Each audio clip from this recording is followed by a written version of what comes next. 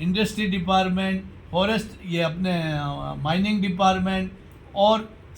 Labour department, इन सब डिपार्टमेंटों का सामंजस्य से एक ऐसी नीति तो बननी चाहिए कि जिससे आने वाले समय में एक हमारी जो प्रकृति को नष्ट नहीं करे, हमारी जो प्राकृतिक धरोहर को सुरक्षित रखते हुए वैज्ञानिक युग से ऐसी खनन होना चाहिए जो विदेशों में होता है, ताकि हमारी राष्ट्रीय संपदा का भी संरक्षण होता जाए और इसको श्रम शक्ति जो काम करने वाली है वो भी सुरक्षित रहकर और अपनी सामाजिक सुरक्षा के दायरे में काम कर सके। तो सबसे पहला श्रमिक कल्याण बोर्ड की बनाने की जो अपन ने लड़ाई पिछले सरकार में जो मुहिम आपने चलाई और उसमें अपन ने जो सफलता प्राप्त की थी, उस सरकार ने घोषणा भी की, लेकिन आचार संहिता लग गई और उसके बाद सरकार बदल गई। तो वो चीज़ भी हमको वापस इसको नए सिरे से उठाने की आवश्यकता है कि जब तक खनिज श्रमिक बोर्ड नहीं बनेगा खान श्रमिकों का, तब तक खान श्रमिकों की आवाज़ उठाने का एक सरकार के सामने हमारा मंच नहीं होगा। और उसमें खान श्रमिकों के प्रतिनिधियों को महत्व मिलना चाहिए। DMFT जो डिस्ट्रिक्ट मिनरल फंड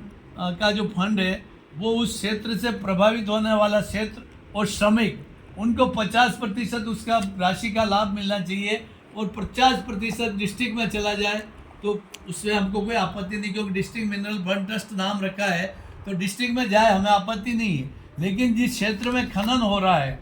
और जो खनन से प्रभावित हो रहे जो लोग और खनन करने वाले जो श्रमिक है वो प्रभावित हो रहे, उनके लिए 50% राशि उसमें का प्रावधान होना चाहिए और 50% और डिस्ट्रिक्ट में जहाँ उपयोगी हो वो डिस्ट्रिक्ट मशीनरी डिसाइड करे, प्रशासनिक अधिकारी कहाँ क्या करना है। इस तरीके से हमें जिस तरीके से हमारी जो सिलिकोसिस के जो डेथ हो रही है, वो जो भंवर सिंह जी ने जो मुद्दा उठाया कि 2 लाख उनको मुआवजा मिलता है, और जबकि एक प्लेन में एक धनाढ्य अमीर व्यक्ति जो पैसे वाला व्यक्ति वो अगर उसकी दुर्घटना हो तो 10 लाख मिलता है,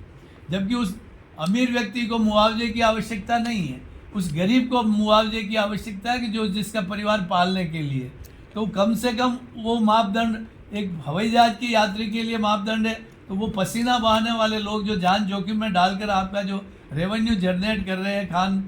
में काम करके, तो उसको भी कम से कम 10 लाख तो मुआवजा होना चाहिए। उनके बच्चों की निःशुल्क शिक्षा होनी चाहिए, कॉलेजों में पढ़ाई हो जब तक फिर,